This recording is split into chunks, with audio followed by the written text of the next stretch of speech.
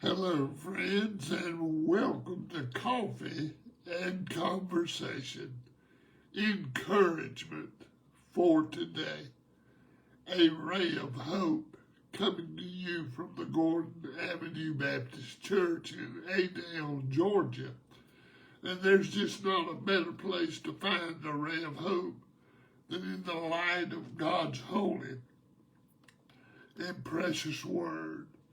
Today, if you will, take your Bibles and turn with me to 2 Corinthians chapter 4, and let's look at verse 6 as a text verse of Scripture. Now notice what the Bible says here.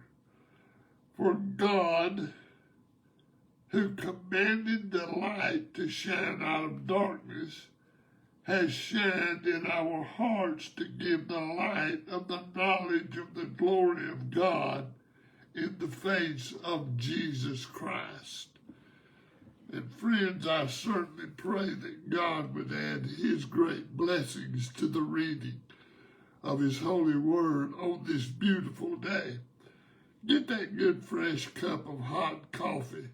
Let's sit together and have a wonderful encounter with God and His precious word on this beautiful day.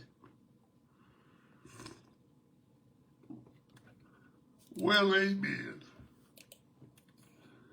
Friends, there's just nothing like a fresh word from God. Today I want to bring to you a devotional thought that is titled Light Switch. You know, in the beginning, the world was dark and void until God's word flipped the switch and there was light. While it may be hard to imagine a world without light, we have experienced other types of darkness, discouragement, disappointment, and sorrow, just to name a few things.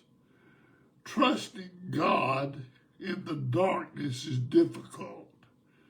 We pray for Him to instantly change our circumstances, and while He sometimes does, we often find ourselves waiting for Him in a hard place. The Apostle Paul was familiar with waiting and challenges. In 2 Corinthians chapter 4, verse 7 through 15, Paul described being persecuted and struck down. Instead of requiring God to intervene with a bright light from heaven, which Paul had experienced before on the road to Damascus, Paul patiently relied on God to sustain him.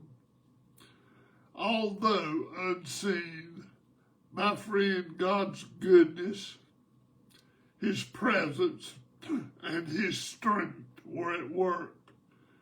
Paul knew that having God in his life was enough.